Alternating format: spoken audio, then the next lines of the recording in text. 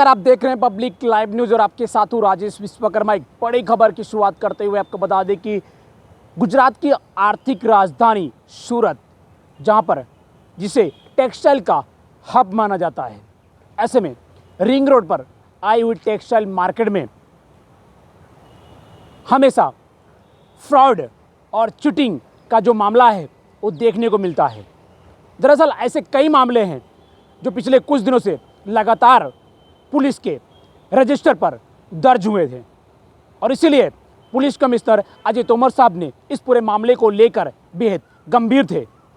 ऐसे आरोपियों को पकड़ने के लिए पुलिस ने इको सेल की गठन की है। क्राइम ब्रांच की इको सेल को एक बड़ी सफलता हाथ लगी है। करीबन 3 पुलिस स्टेशन के अंदर दर्ज जो मामले दर्ज हुए थे उसी को लेकर इको सेल और लोकल पुलिस जो है कि सभी इसकी तलाश कर रहे थे।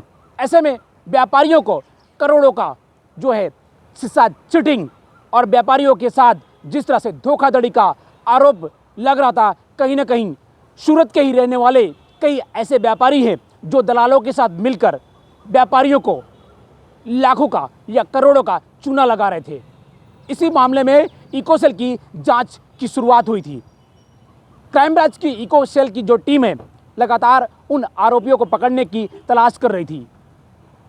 ये वही आरोपी हैं जो सूरत में आकर कहीं ना कहीं एक शॉप खोलते हैं और रेंट पर लेकर रेंट के आधार पर जीएसटी का नंबर लेते थे और बड़े व्यापारियों को निशाना बनाते थे। इनके पास से करोड़ों या लाखों का जो है ग्रे मटेरियल या कपड़ा खरीदते थे और उसे पेमेंट ना चुकाने के बाद जो है ये सारे व्यापारी सूरत छोड़कर फरार हो जाते थे। लिहाजा इस प्रकार की कई ऐसी घटित घटना पुलिस कमिश्नर के पास आई और पुलिस कमिश्नर ने इस पूरे मामले की तहकीकात के लिए क्राइम ब्रांच की इको सेल की गठित की गई थी। इको सेल इसी पूरे मामले में तपास करने के बाद जो है करीबन इस पूरे मामले में 12 दुकानें टेक्सटाइल से रिलेटेड ट्रेड की सूरत में हैं। उनमें पारंपरिक रीतें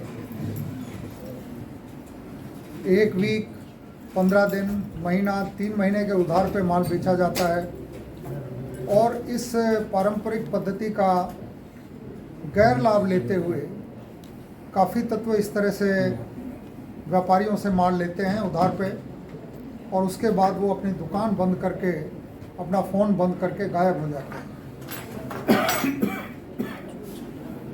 टेक्सटाइल के व्यापारियों की बहुत बड़ी परेशानी थी। इसके बारे में जो एप्लीकेशंस हमारे पास थी उनकी प्राथमिक तपास करने के बाद कल पुलिस के द्वारा 9 ऑफेंसेस चीटिंग और विश्वासघात के रजिस्टर किए गए हैं। इन सभी में 6 ऑफेंसेस सलाबतपुरा पुलिस स्टेशन के हैं, 2 पुणा पुलिस स्टेशन के हैं और 1 महिधरपुरा पुलिस स्टेशन का है। इन सभी ऑफेंसेस में कुल मिला के लगभग 1,19,43,782 रुपए के माल की चीटिंग की गई।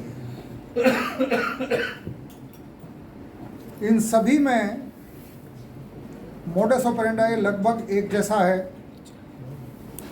जो आरोपी हैं वो लोग दुकान स्टार्ट करते हैं, ट्रेड का व्यापार करने के लिए व्यापारियों का विश्वास अर्जन करते हैं, उनसे माल लेते हैं और उसके बाद पेमेंट किए बिना गायब हो जाते हैं, फ़ोन बंद कर देते हैं।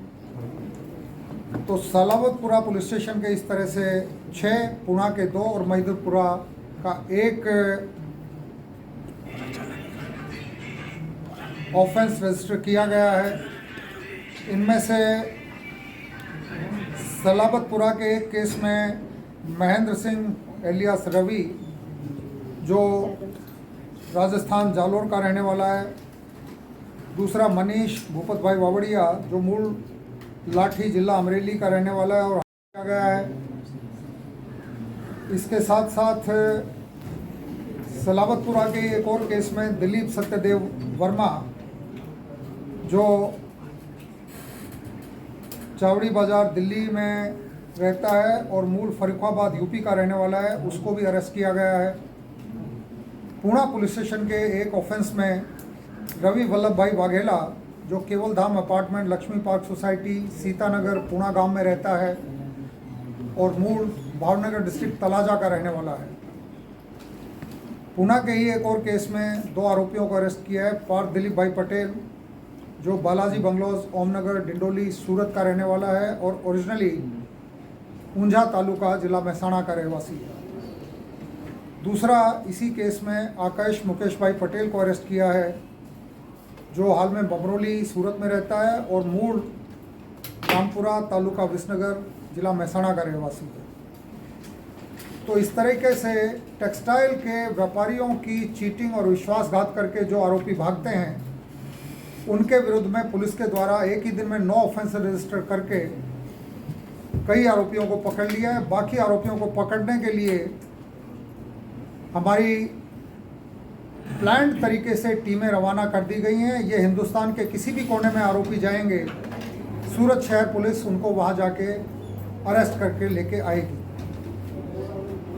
Thank you sir. बाकी व्यापारी सूरत छोड़कर फरार हो जाते थे, लिहाजा इस प्रकार की कई ऐसी घटित घटना पुलिस कमिश्नर के पास आई और पुलिस कमिश्नर ने इस पूरे मामले की तहकीकात के लिए क्राइम ब्रांच की इको सेल की गठित की गई थी।